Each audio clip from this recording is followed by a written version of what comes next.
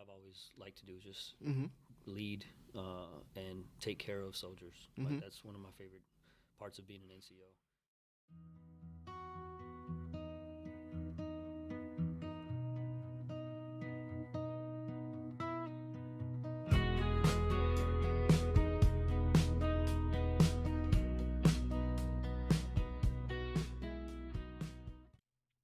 Hey everyone, this is Jay, and welcome to the very first episode of The Call Up. Today I'm joined by Mike Sanchez, who's getting ready to take over as a station commander of the Wilmington Recruiting Station. We talk leadership, Army experiences, and the realities of care and responsibility at higher levels. I'm excited for you all to hear this one. Let's get going. So, welcome to the Call Up with J.W. Hand. We have today Sergeant Sanchez of the Raleigh Recruiting Battalion. He is the current operations NCOIC, former Sergeant Major of the Raleigh Recruiting Battalion, Yeah. future First Sergeant of the Wilmington Recruiting Company. Sounds good. Yep, he's got a lot of things going on here, and we're going to find out a little bit about him and where he's going. So, welcome to our podcast, and thanks for coming out today. Good morning. Good morning. Thank you for having me. Thank you. Yeah. So tell us a little bit about yourself. What was it like to join the Army? Where are you from? So originally from San Antonio, Texas, born and raised, never left the city. Well, never left the state, I should say. But when my mom drugged me into the recruiting station and was like, "Hey, he needs to go," I was running around with the wrong crowd. Not really living up to, I guess, her expectations. And to this day, though, it's the best decision she could have made for me, for her, for us, and now my family. So how old were you when you ended up joining? I was 18 years old when I left, and I turned 19 in basic training. So this was like right after high school that you joined? Yes, I graduated in June of 2007, and I was in basic training by August 2007. Okay. How long were you talking to the recruiter before you ended up signing or anything? Probably like a week. Okay. Yeah, it wasn't long at all. And I told him, I said, if we don't do this pretty soon, then I'm probably going to change my mind and I'll ghost you and never see me again.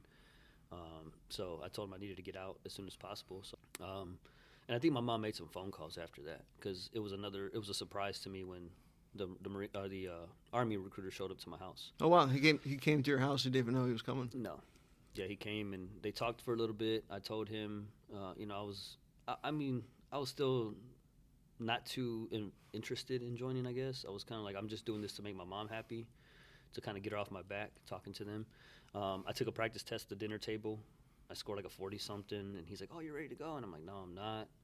And I remember him leaving a business card on the table, and he said in Spanish to my mom, like, "Call us when he's ready, háblanos cuando está listo." And that always, I was like, man, he knows I'm going to come eventually, Something about him and our conversation, he knows I'm going to come. Next day we went to the recruiting station, which was a Monday. It's our day off. And I told him, let's do this. He told my mom to go get paperwork, like my source documents. And he threw me on the predictor test. And we did my packet while we were there. And then later on that afternoon, I was testing at MEPS.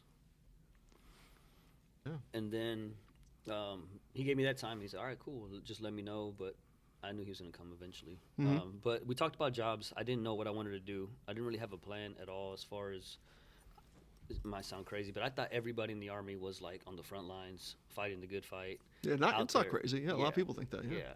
Like everybody's kicking down doors and stuff. So I thought my concept of what I was picking a job to do, because I actually went reserves first. So he's like, you'll do this 2 days out of the month. I thought I was going to be doing that job those 2 days out of the month, and besides that, I was, Billy Badass and doing all the cool stuff. But he could tell that I was really attached to my family. So he's like, if you do reserves, if you do a medical job, you'll come back to San Antonio for training. There's a bunch of medical, it was a blooming medical center, I guess you could say San Antonio was. So that's how he steered me into the medical field. And there was a couple different jobs that had bonuses. So I looked at that and I ended up picking my job based off of that. Oh, okay. What job was that? 68 Mike, nutrition care specialist. Oh, wow. Yeah, so it was pretty cool. I was supposed to be like a dietitian, and be able to help people in the hospital that needed, special diets or. And that was in the reserve? Yes. Okay. Yeah, and I only did that for like 6 months though. After that, I went active duty. Okay. Mm-hmm. Okay. How was basic training? It was pretty fun. Part for me was being away from my family, like not seeing my mom, brother, sister, cousins, because we were a very tight family. Sounds like it. Yeah. Yeah, we had dinner at each other's houses once a week ish.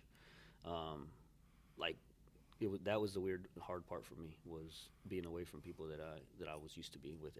What was your favorite part of basic training? The end. What about the end? What do you mean? Just coming to an end and being able to say, like, I made it through. We had a little calendar that we made in our room. I was in a room with 8 guys. We weren't out in a big open bay. Those rooms that were like 4 bunk beds in a room. So we made our own little calendar and kind of just counting down the days. And it seemed so long, but getting to family day was kind of my proudest moment. Like, everybody was there. So for anyone that doesn't know what family day, what's family day? Family day is a day or two prior to graduation, depending on what day you're going to graduate. Sometimes it's usually Thursday and you graduate on a Friday, but sometimes it's different depending on federal holidays and stuff like that. But your family could come on base, you can show them around the post, and that's really, you spend the day with them. You go out to eat on the base. Did you have any family show up? I had most all of my family showed up. I had a couple people that they couldn't just because, like, work and stuff like that and life in general. But for the most part, I think like maybe 3 or 4 uncles and aunts. Wow. Cousins, my grandmother, my mom, my brother, sister. All from Texas? Yes. Wow, so they made that. That's a pretty long. Would you say that's might be uncommon, right? Not a lot of people have that much family show up. No, there was some people that didn't have any, and that's kind of a sad part. But I was happy, and I had people join me. Like, hey, would tag along with us, and I got to meet some people from basic that I went on to the next training, advanced individual training with, and stuff like that. But yeah, it was cool. I had a lot of people there, a lot of support, a lot of love, and it felt great. Man, that must have been like just a great feeling too, just to have all that support and family there, seeing you do something. Can you just explain what that feeling was like? It's a great feeling. It's emotional. Obviously, you haven't seen these people in so long, and it just makes me feel really like loved and appreciated. And I'm one of the only people in my family that's done this, so it's honestly just a great feeling. I don't know how else to say it. Besides, like, you just feel really loved and warm, and they can't stop hugging you, and like, you just kind of sitting down somewhere, and you got a cousin come hug you from the back, and then your mom's just like hugging you and stuff like that. And I can see it in your face now, just you thinking about it. Yeah. Not too long ago, I actually found an album of a bunch of pictures that we went through, or that we took when we were over there, because that's back when they had the little cameras, and everybody was so little. All my cousins were little. I was young, obviously, but I had cousins that were like, yay high, and it's just cool. It was great. It really was. Yeah, I can imagine. Yeah, it's a significant moment. One of those things that you just remember for the rest of your life. Absolutely. Mm-hmm. So you graduate basic training. You have all your family there. Then you go off to your nutritionist school. Where was that? So I went to Fort Lee, Virginia, and it was pretty close to Fort Jackson, South Carolina. So I was able to get a pass to where my family could drive me there. Oh, wow. Yeah, so I got a cool little privilege, I guess. Yeah. Most people had to get on a plane and fly to wherever their training was, but mine was right down the road. So I got to spend that like 2 or 3 nights with them in a hotel. Very cool. And then I had to report Sunday by about 1500 to the base, and then they dropped me off, and then I get all sad again, But it was cool. It was a cool time being able to be with them and stuff like that. So what was the Army Nutrition School like? Oh, so it's a 2-part training. First part, you go to cook school. So that's why I was in Fort Lee, Virginia. Okay. Yeah, so I went to 92 Golf, which is culinary specialist in the Army, a.k.a. cook. Mm-hmm. And that's 8 weeks. You learn all the ins and outs about that part of your job. Yeah. The vitamins, the minerals, the sugars, all that stuff. And then you go to Fort Sam Houston in San Antonio, Texas, to do the nutrition part. And that's another 6 weeks. Yeah, so that's where they do all the medical training and everything? Yes. Yep. Yeah, it's like the medical side of it. It's a little more, I guess you could say, book heavy. But it wasn't too bad. It was pretty smooth, pretty easy. And then I stayed home after that because I was already home. And I don't know, to this day, I've asked her, and I don't know if she's told me the truth, but I don't know if she called them again or if it just was like one of those. Now that I'm in recruiting, it's like the follow-up. You know, like you give them a little bit of time and they get back, you check on them and say how they're doing, because that's exactly what it was. He's like, where are you coming from? And I was like, job interview. He's like, what'd you do? What type of job interview? And I was like, I'm trying to be like a maintenance man at this hotel. And he's like, what? Why? And I was like, I don't know. There's nothing else that like really interests me or that I think I could be good at. And he's like, you ever thought about just going active duty? And at this time, I had already blown through my bonus. And I told him if I, terminate my contract with the reserves and go active duty, will I have to pay that money back? Because if I do, then I can't. Right. And he's like, oh, no, there's a memo for that. But I told him, yeah, I was like, I'll go if there's something in Texas, which we have a couple bases in Texas. Again, I still was really attached, didn't want to leave too far. Mom, so I called her. And I just told her, hey, Mom, I'm going to go active duty. It's the best thing for me. I'm falling back into the same cycle that I am trying to get away from. And she's like, just do what you think is best. And so you stayed doing nutritionist? Yeah, for a little bit I did. So where were you in Iraq? In Al-Assad. So I was there with the 21st Combat Support Hospital, 1st Medical Brigade. Like I said, we got there like in December 2000. January 2010, and yeah, I came back in January 2011. Okay, so you're working in the hospital. Do anything exciting? Anything that you remember? I did. I got to be in the operations. So I worked in the S1 and S3. I helped out with getting people in and out of theater, getting flights and stuff, and then I also got to be part of like I don't want to say security team, but like I got to watch this. We called it a Tiger, and it was a system that showed us real live footage of where weapon caches and stuff were being found, and whether there was any terrorist threats or anything like that. So I got to be on that for a little bit, and then I also got to be on the medevac team for a while. Oh wow! Yeah. So you got to ride in the helicopters and stuff. That's cool. That was the coolest part of like my time in Iraq was get on the helicopter and being in and out. Yeah, of stuff like absolutely. Yeah. Do you have to do any type of special training or anything for that? Or did they just like picked you up and said, "Hey"? Yeah, it's just that they needed extra bodies, and they kind of gave us like on-the-job training. Sure. It wasn't really like anything, I guess, too organized. It was like, hey, this is what you're going to do. Don't do this. Don't do that. Don't touch this. Was it just pulling security, or were you like first aid, or like an EMT? Or Yeah, so I was like just helping with the litters, like getting in and off the bird. And there's an extra set of hands to do what they needed you to do. Yeah. Yep. And then I also got to do some MRAP training while I was out there. What's MRAP? MRAP is like a mine-resistant vehicle. It's a vehicle that's used to transport to and from any unit, really, in the Army, not just medical. But we had a medical one that was set up with all kinds of medical equipment. It's basically like I would relate it to like an ambulance in Iraq. So an armored ambulance, like heavily armored ambulance. Yeah, I got to drive that for a couple, times whenever we needed to. But yeah, I mean, it was a good time in Iraq. I mean, I didn't have any crazy experiences or anything like that. I mean, again, being away from family, being in a combat zone is always scary, but it wasn't nothing too bad. But you actually got to go out there and drive the armored ambulance, essentially, and do what you needed to do to help out. Yeah. But it was a bummer you don't get to be actual nutritionist is what you signed up to do. Yeah. So you felt like it was time to try to figure out something else. Yeah. So you said you spent a year out there? Yeah, I was out there for a year. And when I was out there is when I re-enlisted to reclass, behavioral health specialist. Oh, okay. So. And what does that do in the Army? So they work in the hospital also, and they're helping with anybody who has any type of behavioral health situations, both soldiers and family members. And I got to do that for about 4 or 5 years in the Army. Wow. Before I became a recruiter. So. Where'd you do that at? So my first duty station was in Korea. Wow. And I had to go by myself. I was newlywed, newly father. Oh, wow. Yeah. You had to go to Korea all by yourself. Yeah. Yeah. So the whole first year of my my daughter's life, my oldest daughter's life, I wasn't there because I was in Korea. But saw her grow up through, again, thank God for technology. Saw her grow up through FaceTime and stuff like that.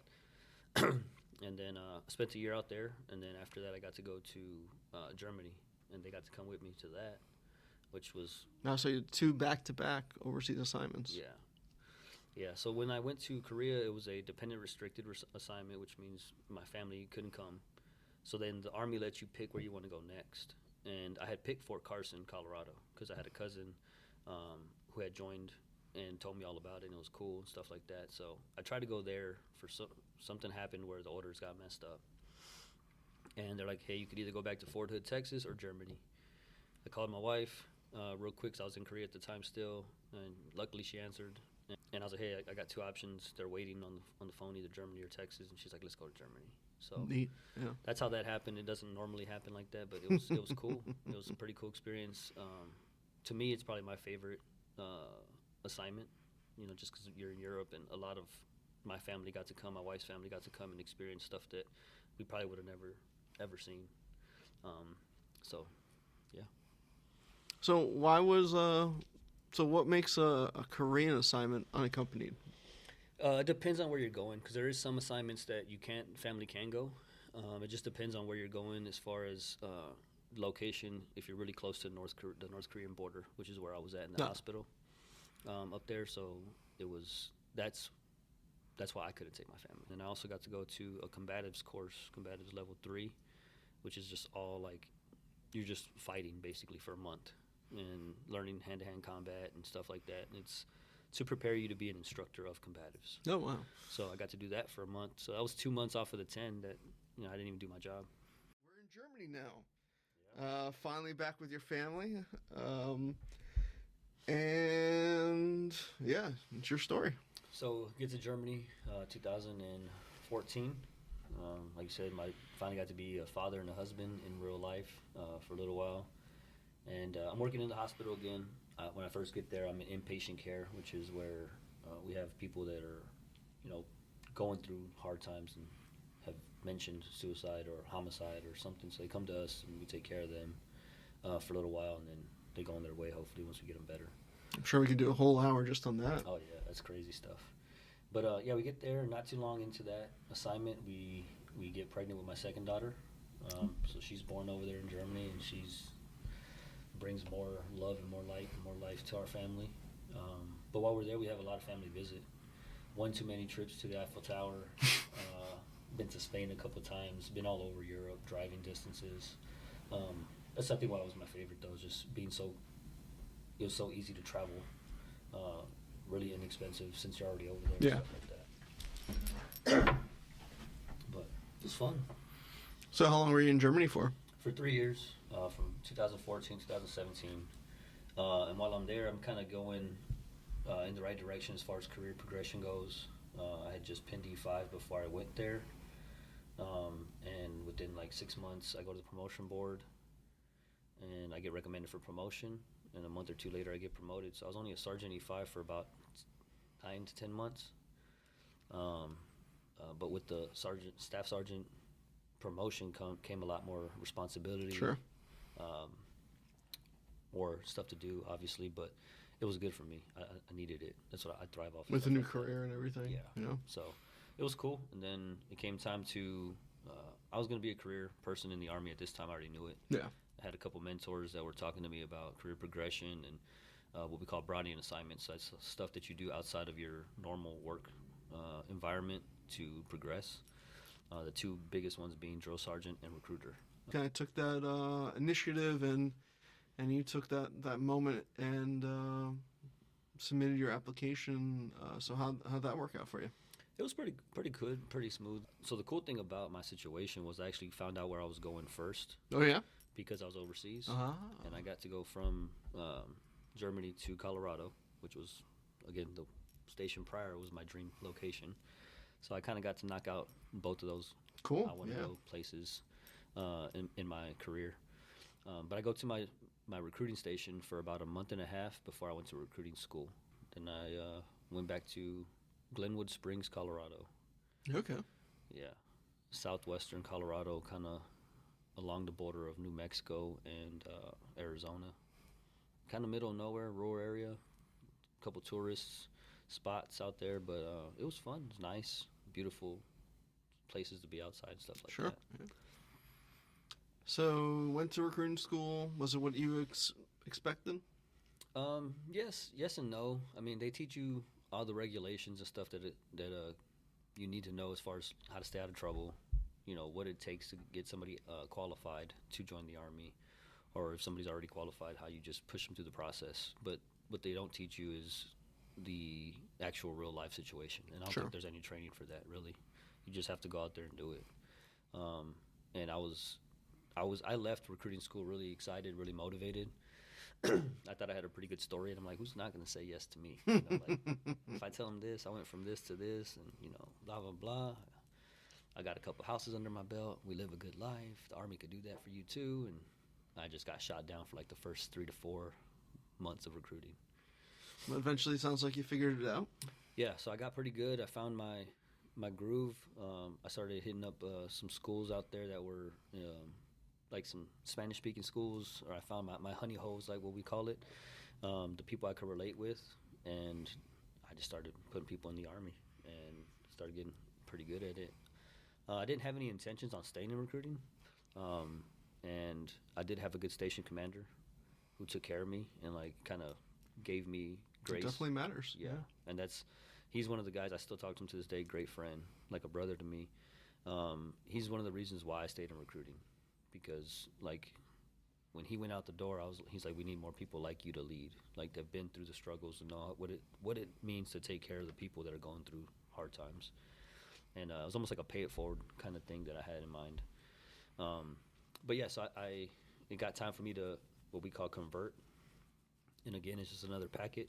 My recruiting sergeant major called me and was like, hey, we need your packet ASAP. So I submitted it like that same day. I already had everything prepared. And before I got back to my recruiting station, I should say, they already told me, hey, you're converting, expect an email with your re-enlistment and stuff like that. So were you still in a recruiter position at this point? Yeah, so I was still in a recruiter position. I still had a couple months to finish out my 3 years. And then we get, there's a position opening up in the same company to be a station commander. And that spot was 2 hours away from where we were now and 1 hour away from my headquarters. My headquarters was kind of in the middle of the two stations. I had been out there before. I knew the guys from like recruiter training and stuff like that. So they had a good team. It seemed like it was a safe move, like career-wise. Like I'm not going to go out and fail. I'm not going to go out and have to reinvent the wheel. It was a good area, so I took that position to be a station commander. And I got there ready to go, and then COVID happened. So 2 weeks of being there, 2 to 3 weeks of being there, the big Army's like, everybody go home and kind of just shelter in place. So it turned into just taking care of people, making sure everybody was good and healthy. Safe, yeah. Yeah. And reporting that up to our chain of command every day, and then doing what we called soft deps for a couple months. So how long did you end up having to stay out there dealing with that? So it was like March till about June. June we were back in the stations recruiting again, but we still were kind of going through the social distancing, all that stuff. Yep. And just the community was still not really receptive of us Sure. taking their kids. Yeah. So we struggled for probably the rest of 2020. It was tough. Yeah. For us to, but we made mission. Oh. We made our annual mission, volume mission, which was cool. Obviously kept the guys excited. It was me and 2 other recruiters out there. And we were pretty close-knit. It was a good time. I met some good friends out there. Got to go do like regular people stuff, hunting, fishing. I picked up duck hunting out there, and I love that now. So what did you do after that? After Colorado, so I got sent up here to Raleigh. No, wow, okay. Yeah, that was my next. I got sent to be the station commander for Raleigh, Maine recruiting station. However, I was on a move cycle to be just a recruiter, but when I showed up, the station commander in place was kind of on his way out. He had gone through a couple hard times, so he was ready to just hand it over to somebody. So you were on assignment to Raleigh to be a recruiter. Yes. What do you think about going from a station commander position to a recruiter? I wasn't really too happy about it, because it's kind of like you're taking a step back, but it was kind of an accident. And my thought process has always been, wherever we go in the Army, I want my family to be happy, because my job is going to be good or bad, and I'm going to have to deal with that. So I gave my wife my list of locations of where I could go, and Raleigh was like number 3, but on the side of the name of the station, it says the position. It says station commander, recruiter, or say like guidance counselor. And she didn't know that. I didn't tell her. So I got selected to go to Raleigh, and it was a recruiter position. So, but I talked to the first sergeant coming in, and he's like, "Hey, you have experience, right?" I'm like, "Yeah, I do." And he's like, "Well, I'm gonna need you to take the station because he needs to go. He's got to move on with his life." And I'm like, "Cool, too easy." So I knew ahead of time. He knew ahead of time. So it worked out. Yeah, we had a really quick switch over. And I was there for about 10 months as station commander, and then I got moved because the actual time for the real station commander to come came, and this was a new station commander who didn't have station commander time. So my chain of command was like, "Hey, you've got like 45 to 50 months at the time of station commander time," which was good. They're like, "Why don't you go up to battalion, get off numbers, and go do other stuff?" And I'm like, I love that idea. So that's how I ended up here at the headquarters in the operations team. And then you've been here for how long? So I got here in April of 2024. So coming up on the next couple of days, 2 years. Nice. Okay. Yeah. So it's been good. I've learned a lot. There's a lot of things that I didn't know as far as like the processing part that I've learned here. Just because when I was in Colorado, Denver was so far the MEPS, and back then it was not. A station commander couldn't call the MEPS for anything. A station commander like never talked to the waivers analyst or the guidance counselors or nothing like that. Different environment. Yeah. Being up here has taught me like a lot of things that I could have done better ways of processing, and it's been great for me. And I think it's going to be really good when I go to Wilmington to take over there. When's that plan on happening? That's happening in June. June 10th is my report date, and yeah, so we're looking for houses now. We're getting our house ready to rent out, and the girls are excited going to the beach. Oh yeah. They hate moving, but the beach has definitely helped. Yeah. Relieve the blow a little bit. Yeah, I know how that is. I've moved around a lot, but my favorite assignments have always been Wilmington, Myrtle Beach, and love those assignments. Yep. So what are you looking forward to most in your career heading forward? So as of right now, I'm supposed to go take the station, Wilmington Station, as a station commander. I'm looking forward to helping that team. Again, that's what I've always liked to do, just lead and take care of soldiers. Like, that's one of my favorite parts of being an NCO. So that's why the promotion probably going to come by the end of the year, hopefully, God willing. And then if I get to take over that company, that'd be great. But I look forward to just leading, getting back into the fight. Yeah. I think I got a good break getting away from all that up here and learning and seeing, kind of taking a step back and seeing how I could be a better, more effective station commander and, soon to be first sergeant. And I'm ready to put it to play. What are you really looking forward to between now and retirement? I didn't think that I was going to get promoted. So I was ready to get to Wilmington and submit my retirement, start the retirement process there. But when this OML came out that I was, possibly going to get promoted, it kind of just flipped the script. I'm ready. Like I said, I'm ready to get out there and lead. Nice. I'm ready to take care of people. I'm ready to invest energy and time and motivation into soldiers. Like I missed that for a little while. And that's a great opportunity. Not everyone in the military gets that opportunity, and that's something that's really exciting for you. Yeah, I think I've had some really good station commanders and first sergeants in my time in USAREC, and I'm ready to, like I said, pay it forward and go and hopefully be the change that they need. And you mentioned you've also had some bad ones too that you probably learned a lot from as well. Oh yeah, things not to do. Yeah. So I think you can take the good and the bad and just apply that and just be those changes. Wilmington's one of those companies where they're pretty significant, you'd say, in the battalion's overall success, right? Yeah, they are. They're a pretty big. They take a pretty big share of the contribution. I think we just finished mission day was yesterday, and they were at a little over 100%, which is great for them. Yeah. Like I said, I'm going to another team that's winning. I've been blessed in my career in general, but in my time in recruiting, I've had my ups and downs, but I've always been, I think, put in a position where it's good for me. Yeah, and it's at the beach, which you can't. Yeah, I can't complain. complain. Everybody's ready. I got family booking trips, and we're gonna get there in the summer, so it's right in time for all that. I'm always booking my vacations down there at the that Air Force base, Blakesley. That's where I take my vacations every year. I gotta look into that because I don't know anything about that yet. Oh yeah, it's down there by Fort Fisher. Yeah, it's right there on the beach. It's a military MWR center. Highly recommend.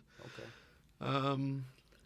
So when you think back, and you think about what stood out over your time in the military, what is a soldier, either a future soldier or someone that you were in the military with, that really sticks out to you? So I got two, and I have to mention both of them. Yeah, just absolutely. because one was in the beginning of my career, and then the second one was right when I was kind of going through this. I'm ready to get out. I'm ready to be done. Part of my career, and the first one was my first sergeant, First Sergeant Felix Infante. He retired as a command sergeant major, and he was from San Antonio. At the time, I didn't know it, but similarities over the years. He had 3 daughters. Again, Mexican American background, very family oriented. Didn't have much experience besides his father in the military, and he shaped me and molded me into the soldier that I became in the first part of my career, because I was a knucklehead. I was constantly in trouble, showing up late. I was just doing a lot of things that weren't good for me. But instead of putting me out or giving me a bad discharge, he like rehabilitated me. He sent me to the courses that I needed to go to get away from the company for a little bit. So if it wasn't for him in that time of my life, I don't think I'd make it through my first contract, honestly. And that's why I said, like, I want to be that buffer for somebody, or that person that shakes you, like, hey, you're good, dude. Like, stop being dummy, stop being dumb. Like, you're going to ruin your life. So he's the first one. And the second one is Sergeant Major Mike Stone. He was my first sergeant. We got to be first sergeant station commander together when I was at a Montrose recruiting station through the pandemic. So I took over the station, and he took over the company a couple weeks apart, and we got hit. I got 8 future soldier losses, which is like, my mission was like 30 for the year. So that's like a quarter. It was a tenth, yeah. Yeah, a quarter of my mission, and he got total with the company. There was like 15 total. Oh. And we obviously was other station commanders, but he called me and we had this long conversation. He's like, we're gonna figure out a way to get out of this. Didn't know this guy. Didn't know him from anything. Right, just another guy in the Army, another bald-headed white guy in the military, and from those conversations we became like brothers. And I went through this time where I was ready to get out, and he helped me be a better father, husband, and leader. And he always says it in that order, and that's the order that I've never forgot since we had that conversation. That's what you have to be, is a better father, husband, and leader. Because if you're not good at the first two, then you're not going to be good at the third. And that's what I am in the Army, is a leader.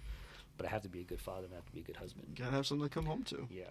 And he always told me, take care of the family, man. Take care of the family, take care of the family. And I mean, we were good before, don't get me wrong, but everybody has their ups and downs. And I just think during that time in the world, there was so much uncertainty. And I don't know if he just came into my life at the right time, but he helped me get myself in order for what was to come.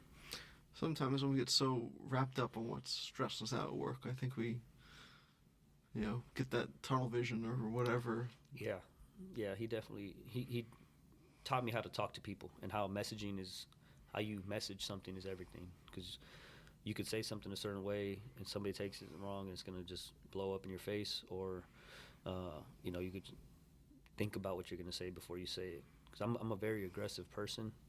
And he's like, you can't try to punk everybody. That's not going to work for everybody. So you got to take a step. Some people would listen to them. Yeah. So those two individuals, or somebody who, if I didn't have them in my career, I probably wouldn't be where I'm at right now. And I'm grateful for both of them. Any future soldiers that really stick out to you? So my first, the first person I think, wasn't the first one I put in the Army, because he he was an 18X, so I didn't talk to him after. He went real like Quiet. yeah, secret squirrel type stuff. So I didn't get to follow up with him. But one of the people that I remember putting in the Army, it was a guy named, well, I didn't even put him in the Army. Somebody in my station did, but I took him as my future soldier because the guy left, and his name was Noah. And he reminded me of myself a lot because his mom was a single mom, and he was a good kid, raised right. He never was like going down the wrong path or anything, but he was always on time to future soldier training. Whatever you told him to do, he did. And I would always tell him, dude, you're gonna be good. You're gonna be a good soldier, whether you do it for just one or you do it for 20. You're gonna be good. And we always stayed in touch on social media. And I remember it as like I would see him progressing, getting promoted to E2, promoted to E3, became a young sergeant.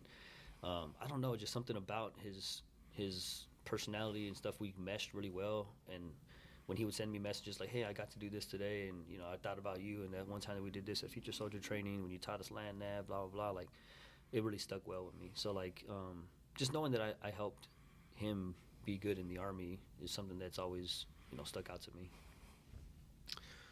What do you think you'd say to yourself at 18? Just in life, or like my process of joining the Army? Either way, before you joined the Army, or as you were in that strip mall looking at all those offices, trying to figure out what's next. If you bumped into yourself looking at those recruiting stations, what would you say that young Mike? Mm-hmm. To slow down and ask more questions, and I think that could go for both. I was trying to join the Army Mike and the not trying to join the Army Mike, just because I was very impulsive. I'm a very, still to this day, I mean, if I want something right now, I'll go do it, and it's probably not the wisest decision. But slow down and learn more about the process, because I think I would have wanted to be a combat arms soldier. Probably would have been a little bit more successful and fast-tracked in my career. But ask questions, what you're really going to do in the Army, like what does that job really do? And now, as a recruiter, I try to be more thorough during that process because I was... what it was like? Yeah, I wasn't lied to. I don't think I was lied to at all. It's just they told me what they needed to tell me, and they got me. Don't know what you don't know. Yeah, and that's it. I said yes, and that's it. Like you don't have to go into detail with certain things, I guess, and that's what the recruiter didn't do. And it's, like I said, no hard feelings, no shade or anything like that. It's just I should have asked more questions and been more like thorough on what I was looking for. Yeah, I tell people, my brother joined the Army, and I was his recruiter, and he called me up in basic training. He's like, do you guys know you get paid in basic training? I'm like, did I not tell you that? And I'm like, the things you forget to tell people. Yeah. It was a quick process. I would have just said slow down. Yeah. Get to know what it is and what all the jobs are and stuff like that. So, yeah, I mentioned before that this podcast is not just for people in the military, but maybe for people that are thinking about doing it or just want to know about what happens, who are the people behind, recruiting and stuff. For someone that doesn't know anything about recruiting or the military, what would you tell them about Army recruiters? We're all different, right? We all find our ways on how to convince people to make this lifetime decision, really, because obviously your whole life's going to change. So not each one of us is the same. Just because you talk to two different recruiters, one's not lying to you and the other one's telling you the truth. It's just people find ways to convince people to do things differently. As far as like for the civilian people, soldiers that want to become a recruiter, I know that there's a lot of negative stuff out there about becoming a recruiter and coming to USAREC or USARD now, but everybody's experience is not the same. I told myself I'd never become a recruiter just because of it was so fast. But now when I became the recruiter that helped change people's lives, I knew that this was where I needed to be. So just know that when you come out here, you're going to impact somebody's life who maybe in 25 years is going to be talking about you. Because, like I said, I appreciate everything my recruiter did for me, whether it was fast or not. Like, if it wasn't him there at that time, then I don't know where I would be right now. You wouldn't be here? Yeah. I would. One of my best friends went to jail for 23 years for killing somebody at a house party, and that's what we did every weekend. not killed, but we'd party, we'd drink, we'd fight, and then somebody pulls out a gun, and then somebody's gone, or injured, or whatever. So I could have been on that life path, or I could have been where I'm at now. So someone has to start the process. Someone has to be there. But yeah, I just want to say, like, just try it out. I mean, if you get orders to do it, then you can't do nothing about it anyway. But come in with the good mindset. Make the most of it. And use it as, like, don't just jump in thinking negative stuff already. Everybody's experience is different. Every part of the country is different. So take it as learn from where you're going, and then make it happen, man. I mean, we're all NCOs, we're all leaders, we all people that we're people that we're here for a reason, like, and be that. Just do your job. Sometimes it's not that hard. But, it's not that hard. But a lot of people stress out just about that first step is, but it's a job, and you really are changing people's lives and making the Army what it is for everybody. I agree. I don't know, do you have any final remarks or anything that we missed out that you want to say? It's been a great ride, and I know that not everybody's experience is the same in the Army, but I've definitely got a good one of where I got to travel the world. I've got to be influential to people, and I've had people be in my lives when I needed them, and I think that people need to hear that part of the Army too, because not everybody, right now we're in a crazy part of life in our country. Sure. I think we get looked at in a negative light, regardless if you're just because of uniform, not really just a recruiter, but the Army isn't as bad as people make it out to be. I think the Army is what you make it, and if you could be a negative person that works at Walmart, it's going to be bad. You could be a negative person that is in college, it's going to be bad. Like, that's just how it goes. So I just want to put it out to people, like, put a smile on your face. Like, be happy, be grateful, and figure out a way to make your life what you want it to be. And they can follow you on TikTok to do that, right? Yeah, follow me on TikTok. I'm on all social media platforms, but I'm trying to get my message out more on TikTok. I'm just... What's your TikTok handle or? It's Mike Sanchez 85, but it's 2 Ks, so MIKKE SANCHEZ 85.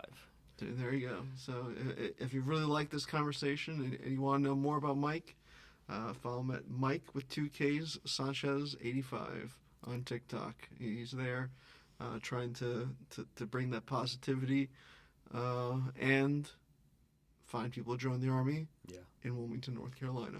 Yep. If you're in Wilmington, I'm on my way. Get ready. And Wilmington and in surrounding areas, and I'm sure he'll help you out elsewhere as well. So that's the call up for today with JW Hand, our guest Mike Sanchez, the future station commander for the Wilmington Recruiting Station and First Sergeant for the Wilmington area. Thank you so much for your time today, and we will be getting this out as soon as possible. I'll let you know when it gets out. Awesome. And look forward to future. We're gonna have to do this again. This was great. I'm sure we could have talked a lot longer. Yeah, for sure. So we'll have to do more of this. So thank you so much, right. And we'll talk again. All right. Mike, I really appreciate you taking the time to sit down and share your story. I think conversations like this help people understand the human side of leadership and what it really means to carry responsibility in the Army. So thank you again for being here, and to everyone listening, thank you for checking out the very first episode of The Call Up. I'm Jay, and we'll see you next time.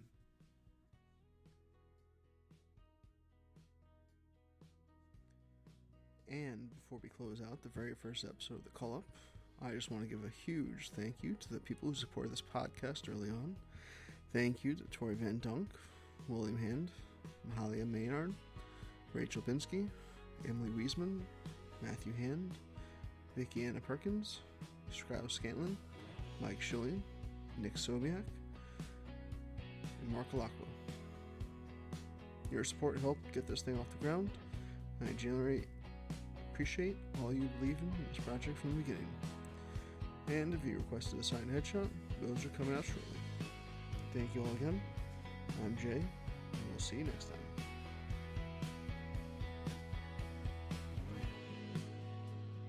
Also, if you have any questions, come check out the workshop on Discord tomorrow from 12 to 12:30 Eastern Time, which is a casual place to talk about the podcast, ask questions, and hang out with the community.